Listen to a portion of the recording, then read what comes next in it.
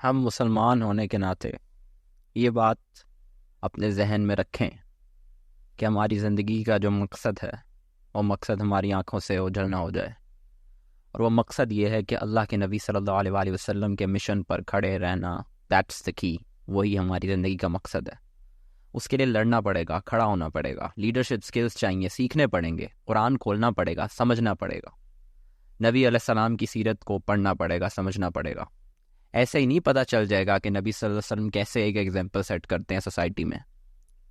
آپ کو پتہ ہے کہ اللہ تعالیٰ نے قرآن میں نبی صلی اللہ علیہ وسلم کو جو بیسٹ ایگزامپل بتایا ہے وہ کہاں بتایا ہے قرآن میں؟ آپ کو پتہ ہے سورہ احزاب کی ہے یہ آیت. لقد کان لکم فی رسول اللہ اسوۃ حسنہ. یہ آیت کہاں پر ہے؟ سورہ احزاب کے اندر. سورہ احزاب میں کیا ہے آپ دیکھیں نا، کانٹیکسٹ دیکھیں. جنگ کے حالات شدید، کنفیوژن، اور دشمن 10,000 کا لشکر لے کر چڑھ دوڑا ہے مدینہ کے اوپر اٹیک کرنے کے لیے. اور یہاں پر نبی صلی اللہ علیہ وسلم اپنی مسلمان کمیونٹی صحابہ کرام کے ساتھ کھڑے ہیں وہاں پر ڈیفنس کے لیے. اور سچویشن اتنی خراب ہے، اتنی مشکل ہے کہ قرآن اس کو جب ایکسپلین کرتا ہے تو آپ ان آیات کو دیکھیے ذرا کہ وہاں پر کیا بات ہو رہی ہے. اذ زاغت الابصار، کہ آنکھیں پتھرا گئیں، وبلغت القلوب الحناجر، اور کلیجے منہ کو آ رہے تھے. ایسی سچویشن میں نبی صلی اللہ علیہ وسلم نے، جو ایک لیڈر کا کام ہوتا ہے نا کہ پیسمزم کو توڑ دے، اس بت کو توڑ دے جو مایوسی پھیلی ہوتی ہے اس کو توڑ دے، اور وہاں پر کھڑا ہو کر بتائے کہ کچھ نہیں ہو رہا. I am here with you. I will lead from the front. I will take the first bullet. سب سے پہلے میں ہوں آگے اور میں فرنٹ سے لیڈ کر رہا ہوں. یہ ہوتی ہے لیڈرشپ.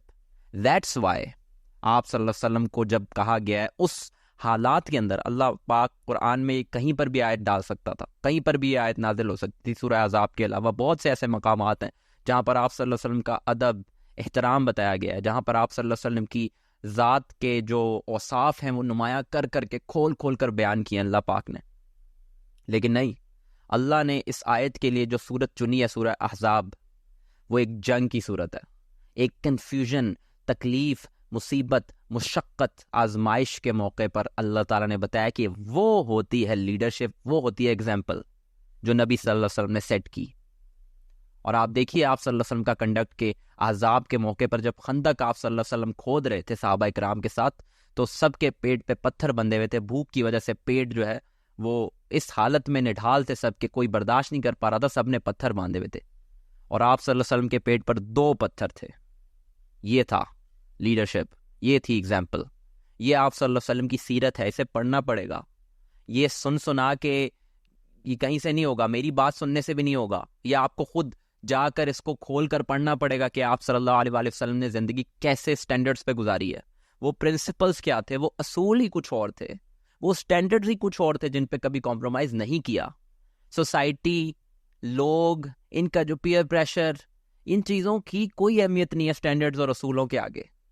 جو لیڈر ہوتا ہے وہ اگزامپل سیٹ کرتا ہے، قربانی دیتا ہے، فرسٹ بلٹ وہی ہٹ کرواتا ہے. وہ کہتا ہے مجھے نہیں فرق پڑتا، جان ہے، کیا مال ہے، کیا ہے، کچھ نہیں ہے، میں سب کچھ قربان کر سکتا ہوں، اپنے اصولوں کی قربانی نہیں دوں گا. اور اللہ کے نبی حضرت محمد صلی اللہ علیہ وآلہ وسلم کے جو اصول تھے وہ انسانیت کے اصول تھے. اگر کسی نے انسانیت کو بچانا تھا تو وہ آخری نبی حضرت محمد صلی اللہ علیہ وآلہ وسلم تھے. اور وہ اگر اپنے اصولوں پر سمجھوتا کر لیتے تو کیا ہوتا؟ انسانیت باقی نہ رہتی. آج آپ دیکھ رہے ہیں نا مغرب کیا کرتا پھر رہا ہے انسانیت کے نام پہ. جو کچھ مغرب میں ہو رہا ہے اور جو آپ کو انسانیت کے نام پہ پکچر پیش کی جا رہی ہے ایک مغرب کی طرف سے کہ انسان جو ہے وہ جدت پسندی اختیار کر چکا ہے، انسان تو ایڈوانسڈ ہو چکا ہے، سویلائزیشن آگے جا چکی ہے، عورتوں اور مردوں کا اختلاط اب تو بہت کامن بات ہے، یہ نہیں ہوگا تو پھر انسانیت کیسی. اور پھر جس طریقے کی آبجیکٹیفیکیشن ہو رہی ہے خواتین کی، اور پھر مردوں نے جس طریقے کی ابھی LGBTQ کے نام پہ جو مردوں نے کام شروع کیا ہے، ٹرانس ویمن اور فلاں فلو، جو آپ کے سامنے چیزیں آ رہی ہیں، یہ انسانیت ہے. اللہ کے نبی صلی اللہ علیہ وآلہ وسلم نے انسانیت کا جو کمپلیٹ پیکج ہمارے سامنے پیش کیا ہے وہ ہے انسانیت. فخر انسانیت ہے نبی صلی اللہ علیہ وآلہ وسلم. تو اگر اس پڑھتے ہوئے سیلاب کو اور طوفان کو روکنا ہے، اس کے آگے بند باندھنا ہے، تو نبی صلی اللہ علیہ وسلم کی ذات کے علاوہ اور کوئی ایسی ذات نہیں ہے.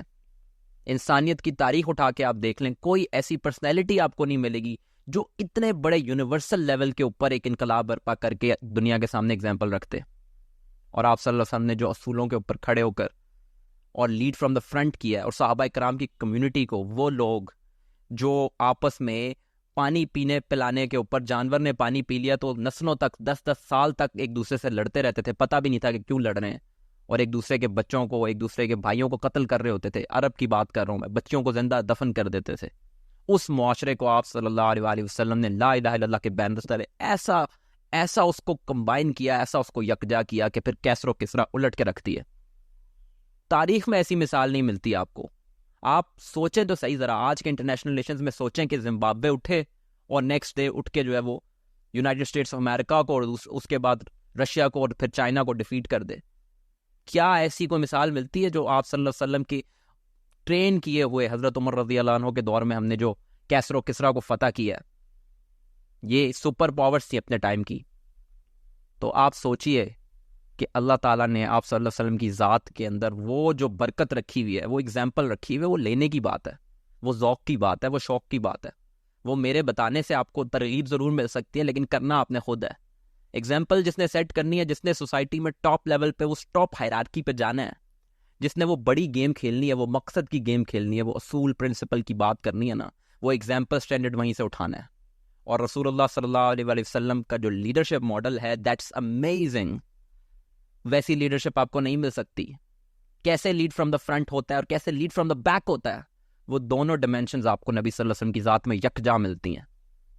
اور پھر آپ صلی اللہ علیہ وسلم کی ذات مکہ کی زندگی اٹھا کر دیکھیں. آپ مکہ کے اندر آپ صلی اللہ علیہ وسلم نے کیسے اپنی کمیونٹی کو پرنسپلز کے اوپر بلڈ کیا، اور مکن قرآن آپ پڑھ کر دیکھیں، مکی صورتوں کو آپ پڑھ کر دیکھیں، کیسے بلیف پکے کیے جا رہے ہیں، کیسے آخرت کے تصور پر جان دینے کے لیے اللہ تعالیٰ ایک کمیونٹی کو تیار کر رہا ہے. اور پھر مدینہ کی زندگی اٹھا کر دیکھیں تو سوشو پولیٹیکل سسٹم، سیاست، انصاف، عدالت، اور پھر جنگ، ملٹری لیڈرشپ، پھر آپ صلی اللہ علیہ وسلم کا as a general, as a diplomat ایک رول، ایز اے پولیٹیشین ایک role, as a leader, as a community leader, as an economist. اٹھا کر دیکھیں یہ ساری چیزیں، سیکھیں ان سے، یہاں سے آپ اپنی ذات کو ڈیولپ کریں. That's how you develop yourself as a Muslim. اور ہم یہ نہیں کر رہے، جس کی وجہ سے ہم خسارے میں ہیں. اس لیے ہمیں آپ صلی اللہ علیہ وآلہ وسلم کی لیڈرشپ کو اپنانا ہے، ان اصولوں پر کھڑے ہونا ہے. اس کے لیے جان جاتی ہے، مال جاتا ہے، عہدے کی قربانی جاتی ہے، does not matter. As a Muslim مجھے یہ سوچنا ہی نہیں چاہیے کہ کیا جاتا ہے کیا نہیں جاتا ہے. مجھے یہ سوچنا چاہیے کہ میں اگر آپ صلی اللہ علیہ وسلم کے ان اصولوں پر کھڑا ہوں جن کے لیے آپ صلی اللہ علیہ وسلم نے طائف کی وادی میں آپ صلی اللہ علیہ وسلم نے اوباشوں سے پتھر کھائے ہیں، اگر میں ان اصولوں کے لیے جان بھی دیتا ہوں تو کوئی بڑی بات نہیں ہے. کھڑے ہونے کی بات ہے، یہ ذوق کی بات ہے، اور ذوق سے بھی بڑھ کر یہ اللہ تعالیٰ کے کرم کی بات ہے. آپ اللہ کی طرف قدم بڑھائیں، آپ اصول کے لیے کھڑے ہوں، آپ اللہ کے نبی علیہ السلام کی محبت کے لیے عہد کریں اللہ سے. آپ دیکھیں اللہ کی ذات آپ کو لے کر کہاں جاتی ہے. Just think about it, just think about it. یہ بڑے نصیب کے فیصلے ہیں، ٹھیک ہے، یہ بڑے کرم کی بات ہے. اللہ اور اس کے رسول صلی اللہ علیہ وسلم کی محبت سب کچھ ہے، ایوری تھنگ. بارک اللہ علی ولکم فی القرآن الحکیم ونفعنی وإیاکم بالآیات والذکر الحکیم.